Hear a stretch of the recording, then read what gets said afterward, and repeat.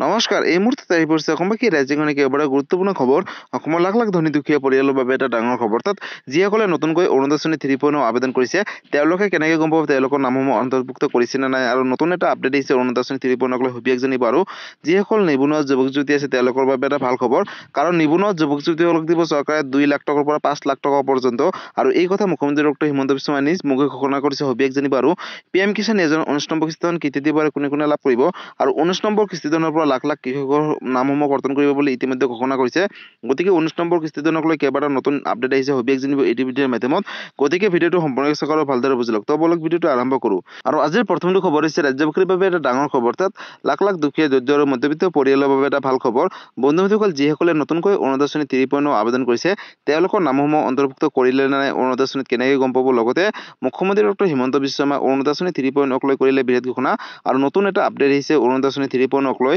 গতিকে পোনপ্ৰথমতে আপডেটটো এবাৰ চাই লওক বন্ধুসকল ইয়াতে চাওক অৰুণোদয় আঁচনিত নাম পঞ্জীয়ন কৰিলে নে যদি কৰা নাই আজি হৈছে অন্তিম দিন আপোনালোকে আজিৰ দিনটোৰ ভিতৰত অৰুণোদয় আঁচনি 3.0 আবেদন কৰিব পাৰিব অৰুণোদয় আঁচনি নোপোৱা লাখ লাখ মহিলাৰ বাবে এটা ডাঙৰ খবৰ অৰুণোদয় আঁচনিত নাম পঞ্জীয়নৰ অন্তিম তাৰিখ হৈছে আজি অৰ্থাৎ 28 ডিচেম্বৰ তাৰিখ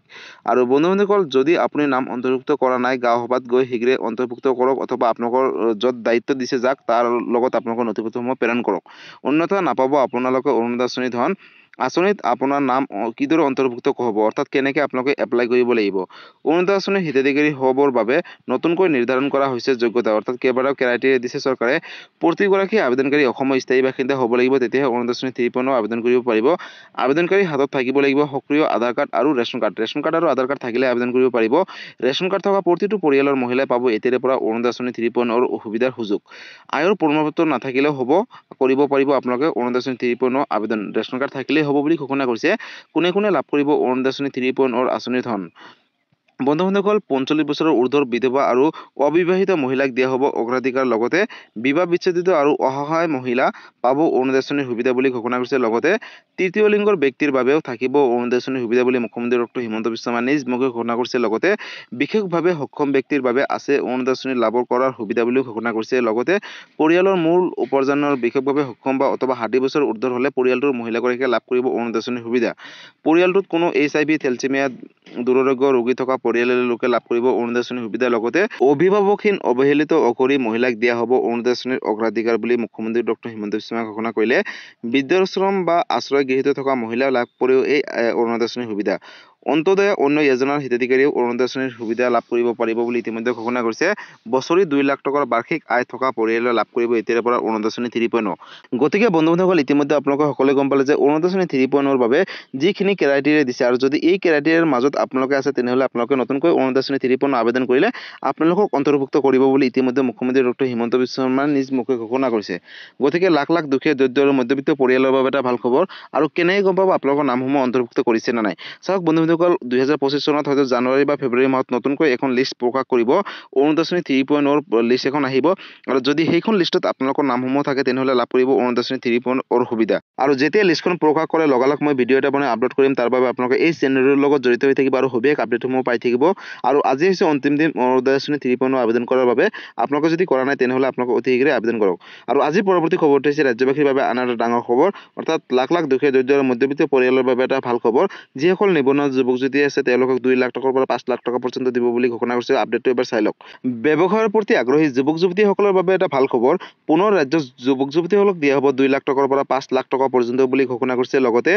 ব্যৱসায়ৰ প্ৰতি আগ্ৰহী যুৱক যুৱতীসকলৰ বাবে এটা ভাল খবৰ যিসকল নিবনুৱা যুৱক যুৱতী আছে তেওঁলোকৰ বাবে এটা অত্যন্ত ভাল খবৰ পুনৰ ৰাজ্যত যুৱক যুৱতীসকলক দিয়া হ'ব 2 লাখ টকাৰ পৰা 5 লাখ টকা পৰ্যন্ত শীঘ্ৰেই যুৱক যুৱতীসকলে পৰ্টেলত গৈ কৰিব পাৰিব আবেদন অতি শীঘ্ৰে আবেদনৰ বাবে প্ৰক্ৰিয়াটো আৰম্ভ কৰিব চৰকাৰে কোনে লাভ কৰিব 2 লাখকৈ টকা আৰু কোনে লাভ কৰিব 5 লাখকৈ টকা আৰু কোনে যোগ্য হ'ব আগলৈ সবিশেষ জানিব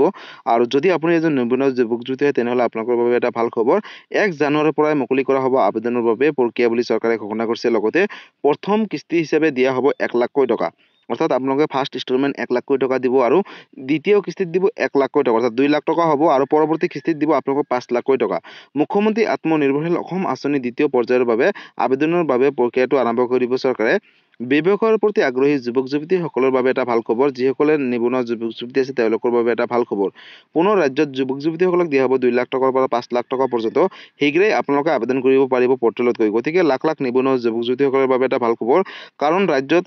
হাজাৰ হাজাৰ লাখ লাখ আছে নিবনুৱা যুৱক যুৱতী। হয়তো তেওঁলোকে চৰকাৰী চাকৰি বিচাৰি হাবাথুৰি খাইছে, তেনেহ'লে তেওঁলোকে এতিয়াৰ পৰা কোনো ধৰণৰ চিন্তা কৰিব নালাগে, কাৰণ তেওঁলোকক বিজনেছ কৰিবলৈ চৰকাৰে দিব 2 লাখ টকাৰ পৰা 5 লাখ টকা পৰ্যন্ত। আৰু এই টকা লৈ তেওঁলোকে যদি ভাল ব্যৱসায় কৰে তেনেহ'লে পৰৱৰ্তী সময়ত তেওঁলোকক 5 লাখকৈ টকা দিব বুলি ইতিমধ্যে মুখ্যমন্ত্ৰী ডক্টৰ হিমন্ত বিশ্ব শৰ্মাই ঘোষণা কৰিছে। গতিকে লাখ লাখ নিবনুৱা যুৱক যুৱতীসকলৰ বাবে এটা ভাল খবৰ। আৰু আজিৰ পৰৱৰ্তী খবৰটো হৈছে ৰাজ্যবাসীৰ বাবে আন এটা ডাঙৰ খবৰ, অৰ্থাৎ লাখ লাখ কৃষকৰ বাবে এটা ডাঙৰ খবৰ। বন্ধু বান্ধৱীসকল, 19 নম্বৰ কিস্তি ধন কেতিয়া দিব আৰু কোনে কোনে লাভ কৰিব, আৰু 19 নম্বৰ কিস্তি ধন লাভ কৰিবলৈ বিশেষ কেইটামান কাম কৰিব লাগিব। আৰু PM কিষাণ যোজনা 19 নম্বৰ কিস্তি ধন পোৱাৰ আগতে কেইটামান নতুন আপডেট আহিছে, আপডেটটো এবাৰ চাই লওক। PM কিষাণ যোজনা হিতাধিকাৰীৰ বাবে এটা ডাঙৰ খবৰ। ফেব্ৰুৱাৰী মাহৰ প্ৰথম সপ্তাহতে লাভ কৰিব 19 নম্বৰ কিস্তি ধন লাভ কৰিব হ'লে আপোনালোকে বিশেষ কেইটামান কাম কৰিব লাগিব, অৰ্থাৎ নতুন কেইটামান কাম কৰিব লাগিব। লগতে PM কিষাণ যোজনা 19 নম্বৰ কিস্তি ধন কেতিয়া দিব আৰু 19 নম্বৰ কিস্তি ধনক লৈ অত্যন্ত জৰুৰী খবৰ। ফেব্ৰুৱাৰী মাহতে লাভ কৰিব পাৰে PM কিষাণ যোজনাৰ অধীনত 19 নম্বৰ কিস্তি ধন বুলি ঘোষণা কৰিছে। লগতে এইবাৰ ৰাজ্যত PM কিষাণ যোজনাৰ ধনৰ লাভৰ পৰা বঞ্চিত হ'ব মুঠ 8 লক্ষাধিক ভুৱা হিতাধিকাৰী, অৰ্থাৎ লাখ লাখ কৃষকৰ নামসমূহ কৰ্তন কৰিব। ভুৱা কৃষকৰ বিৰুদ্ধে ইতিমধ্যে জিলাই জিলাই তদন্ত আৰম্ভ কৰিছে চৰকাৰে। সাজু কৰিছে ভুৱা হিতাধিকাৰীৰ নতুন এখন লিষ্ট, আৰু এইখন লিষ্টত যদি আপোনালোকৰ নাম থাকে তেনেহ'লে আপোনালোকৰ নামসমূহ কৰ্তন কৰিব। একেটা পৰিয়ালতে 2জনৰ পৰা 3জন বা 4জনকৈ সদস্য PM কিষাণ যোজনাৰ অধীনত ধনসমূহ লাভ কৰি আহিছিলে, আৰু 98জন কৃষি বিষয়াৰ বিৰুদ্ধেও চৰকাৰে আইনগতভাৱে ব্যৱস্থা লৈ আছে। কৃষকৰ সন্মানৰ বাবে দিয়া ধনৰ ওপৰত চকু দিছিল ভুৱা কৃষকসকলে, আৰু ভুৱা কৃষকৰ তালিকা সাজু কৰি ইতিমধ্যে তদন্ত আৰম্ভ কৰিছে চৰকাৰে। গতিকে সাৱধান হওক এতিয়াৰে পৰা। আৰু বৰপেটা জিলাত সৰ্বাধিক ভুৱা কৃষক ধৰা পৰিছে বুলি চৰকাৰে ঘোষণা কৰিছে। লগতে 2,03,839 জন ভুৱা হিতাধিকাৰী আছে বৰপেটা জিলাত PM কিষাণ যোজনাৰ অধীনত। আৰু ইয়াৰ পিছতে দ্বিতীয় সৰ্বাধিক ভুৱা হিতাধিকাৰীৰ তালিকা আছে নগাঁও জিলাত। নগাঁও জিলাত আছে মুঠ 16,068 জন ভুৱা হিতাধিকাৰী, আৰু এওঁলোকৰ বিৰুদ্ধে ইতিমধ্যে চৰকাৰে তদন্ত আৰম্ভ কৰিছে। ধুবুৰী জিলাত 61,318 জন ভুৱা হিতাধিকাৰী আছে বুলি ইতিমধ্যে চৰকাৰে ঘোষণা কৰিছে। লগতে কামৰূপ গ্ৰামত 61,113 জন ভুৱা হিতাধিকাৰীৰ লিষ্ট নতুনকৈ বনাইছে চৰকাৰে। গতিকে মুঠ 33খন জিলাত সৰ্বমুঠ ভুৱা কৃষকৰ সংখ্যা হৈছে 8,44,672 জন বুলি ঘোষণা কৰিছে। এই 72 জনৰ বিৰুদ্ধে চৰকাৰে তদন্ত আৰম্ভ কৰিছে। দীৰ্ঘদিন ধৰি এইসকল ভুৱা হিতাধিকাৰীসকলে আত্মসাৎ কৰি আছিলে PM কিষাণ যোজনাৰ ধন, আৰু ভুৱা প্ৰমাণিত হোৱাৰ পিছতে PM কিষাণ যোজনাৰ ধনসমূহ ঘূৰাই দিব লাগিব বুলি ইতিমধ্যে চৰকাৰে ঘোষণা কৰিছে। গতিকে লাখ লাখ কোটি কোটি কৃষকৰ বাবে এটা ডাঙৰ খবৰ। বন্ধু বান্ধৱীসকল, ইতিমধ্যে আপোনালোকে সকলোৱে গম পালে যে PM কিষাণ যোজনাৰ 19 নম্বৰ কিস্তি ধন অহা ফেব্ৰুৱাৰী মাহত দিব বুলি ঘোষণা কৰিছে। অফিচিয়েলভাৱে এতিয়ালৈকে ডেটটো ঘোষণা কৰা নাই, কিন্তু PM কিষাণ যোজনাৰ 19 নম্বৰ কিস্তি ধন লাভ কৰিব হ'লে অকল যোগ্য কৃষকে লাভ কৰিব, আৰু লাখ লাখ কৃষকৰ নামসমূহ কৰ্তন কৰিব। আৰু 19 নম্বৰ কিস্তি ধন লাভ কৰিব হ'লে আপোনালোকে EKYC কৰাটো বাধ্যতামূলক। লগতে বেংকৰ লগত আধাৰ কাৰ্ডটো লিংক ৰাখিব। লগতে আপোনালোকৰ মাটিৰ জমাবন্দীটো আপডেট দিব, আৰু এইখিনি কাম আপোনালোকে CSC চেণ্টাৰত গৈ কৰিব লাগিব। আৰু বেংকৰ লগত আধাৰ কাৰ্ডটো যদি লিংক কৰিব পৰা নাই তেনেহ'লে IPB অৰ্থাৎ ইণ্ডিয়ান পোষ্ট পেমেণ্ট বেংকত গৈ এটা একাউণ্ট খুলি ল'ব, আৰু তাতে আপোনালোকৰ PM কিষাণ যোজনা আহিবলগীয়া 4,000 টকা সোমাব। আৰু PM কিষাণ যোজনাৰ এতিয়াৰে পৰা 6,000 টকাৰ সলনি 12,000 টকা কৰিব বুলি ইতিমধ্যে আপডেট আহি পৰিছে, কিন্তু এতিয়ালৈকে কনফাৰ্ম হোৱা নাই। আৰু যেতিয়া কনফাৰ্ম হয় মই লগে এটা ভিডিঅ' বনাই দিম। আৰু PM কিষাণ যোজনাক লৈ এইটো এটা ডাঙৰ আপডেট আছিলে। গতিকে বন্ধুসকল, আজি আছিলে এইটো এটা ইনফৰ্মেটিভ ভিডিঅ' আৰু গুৰুত্বপূৰ্ণ খবৰ। ভিডিঅ'টো চাই কেনেকুৱা পালে, যদি ভাল পালে চেনেলটো নতুনকৈ আছে চেনেলটো ছাবস্ক্ৰাইব কৰিব, লাইক কৰিব। কিবা সুধিবলগীয়া বা বিশেষ জানিবলগীয়া আছে আপোনালোকে মোক কমেণ্ট কৰি জনাব, মই নিশ্চয় ৰিপ্লাই দিবলৈ চেষ্টা কৰিম।